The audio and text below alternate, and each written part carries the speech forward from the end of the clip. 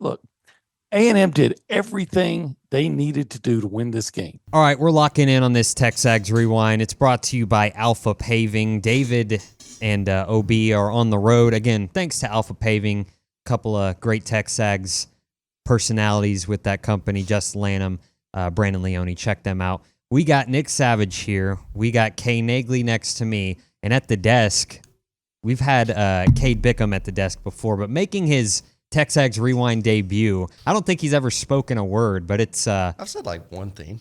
Really? Yeah. Okay. It Well, was like my first day. well, it's our boy Cole over there at the desk, and at the News and Social Center, Angry Elephant News and Social Center, we got Matthew Dawson ready to pinch hit for Coach Schloss. Matthew, what would your walk-up song be?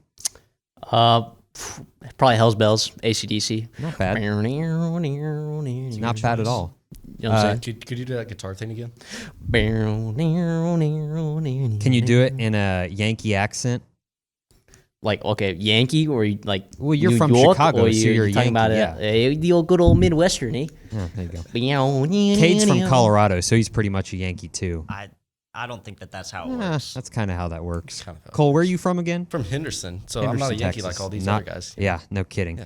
Well, on the Rewind today, we had Olin and Nuno on the Go Hour. We had Coach Schloss in studio with Bronny recapping their series wins against Mississippi State.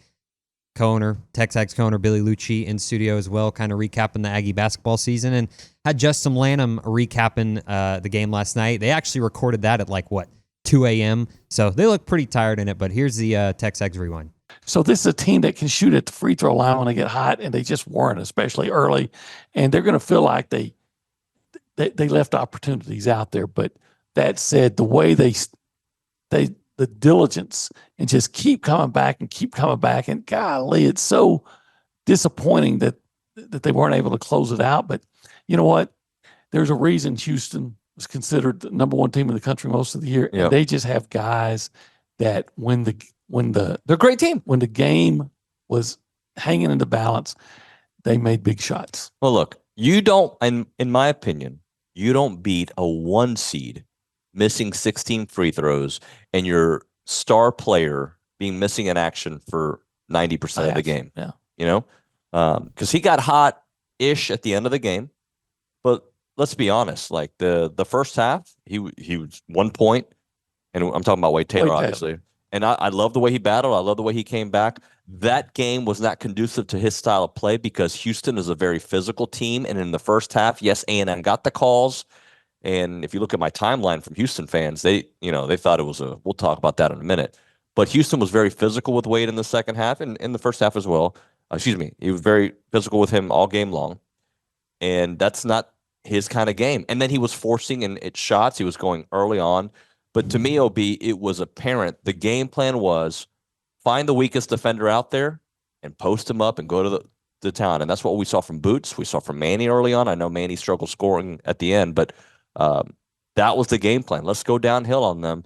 And when their center got into foul trouble and was injured, A&M had a lot more success going to the rim. Well, it was a good game plan because, you wish Wade, look, he can't be perfect. But last night he made 5 of 26. And he's a much better shooter than that. Yep. And he has been especially. But A&M wanted to attack, and they did. Look, A&M did everything they needed to do to win this game. One of our questions that we go into every weekend is when do you use Aschenbeck, right? You want to use him twice to win, not 3 times, but twice to win. And so I wanted to give Shane a chance to pitch. Wanted to save Aschenbeck. That was only the 5th inning, I believe. Shane threw a really good breaking ball to start the at-bat that ended up out of the zone, and then we tried to go back to it, and it was a bad one, and Hines made us pay. And the one spot on the field where the ball would go out, Hines hit it. So anyway, and then to come, so that you're exactly right. That we don't meet after games very often. I didn't meet with them after the game. I think everybody knew what that game was. It was a frustrating, dang it, baseball got us bad today, as did Mississippi State. And then on Saturday, Justin Lanham, man, he had really poor fastball command most of the season, especially at Florida. And then yesterday he had everything working for him, and Braden Montgomery did Braden Montgomery things, and we put together a lot of great at bats. Our crowd was amazing. So yeah, that's a typical SEC weekend, and boy, when you win them on Saturday, days like yesterday sure do.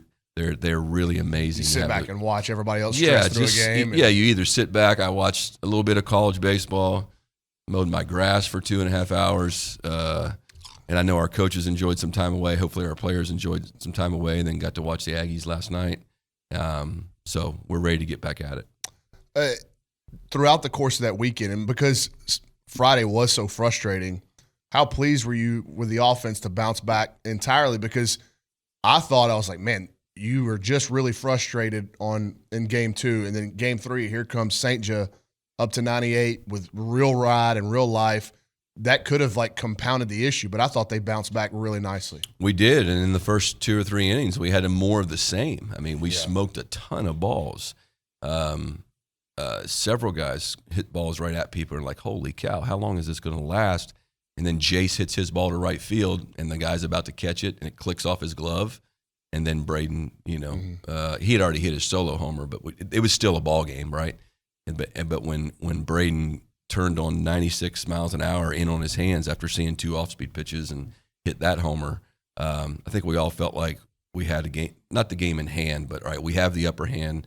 That's the hardest part, I think, for athletes, a team, or anything, just to say we can only blame ourselves here, and that stinks because the effort was there. I don't think any Aggie.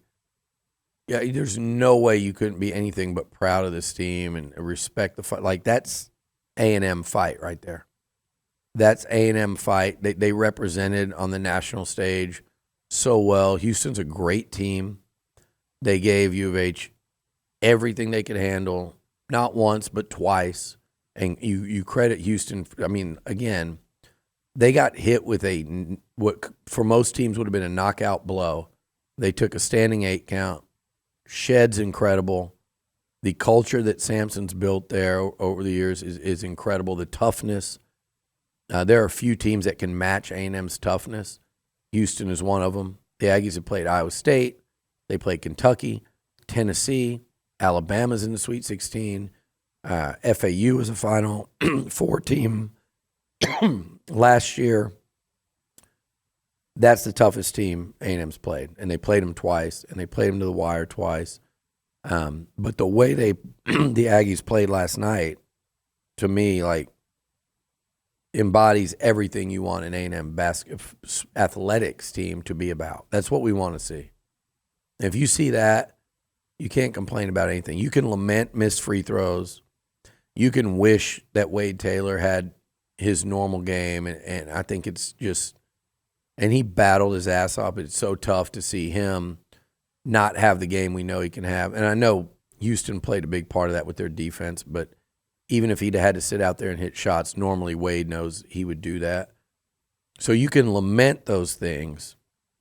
But Wade Taylor at times this year, a lot of times, put this team on his back and carried them there. We're recording this after the game so we can get up on the road quicker. So if it looks a little bit different, our uniforms or our clothing from last night. Justin, let's go to yesterday's game because, to me, look, the free throws are going to be an easy thing to point at.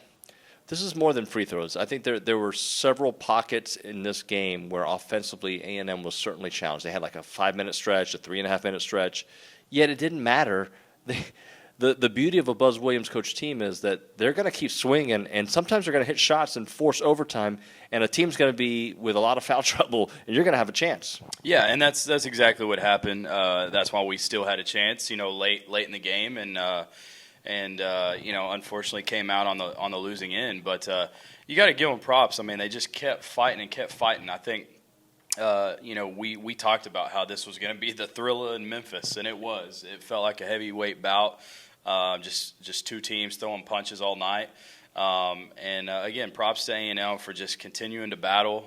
It's hard whenever you see a deficit like that late in a game, and you kind of feel like time's not on your side, momentum's not on your side, but they continued to fight and gave themselves a chance, and that's all you can ask for. So I thought at half, A&M's actually in a pretty good spot because they're down, I think, 5 at the time. Wade Taylor had 1 point. He was not, part of that offense at all. They had missed so many free throws, 11 of 22 at that point. I thought they were in a good spot, but they didn't start the second half in a good spot. No, they didn't. But you're exactly right. You feel at halftime, you got to definitely be going in there as a coach thinking, hey, things are going to turn around in our favor. Wade is probably going to get going. Again, I think as a coach, you're always thinking of kind of like the law of averages. Like you are who you are. You know who Wade is. You know that he's eventually going to get going. And so you're feeling positive going into halftime. Even though you're struggling from the free throw line, Wade's not really getting his. They were getting to the basket a lot, I felt like. But the positive for me, too, is you kind of had already gotten them into foul trouble. Kay has a problem with the way I said that. So, Kay, go ahead and tell the people what to do. You like, you comment, you subscribe, and you cheer for some Aggie baseball and softball the rest of the way, the rest of the school year. And you lock in. And you got to lock in. Thanks for watching, y'all.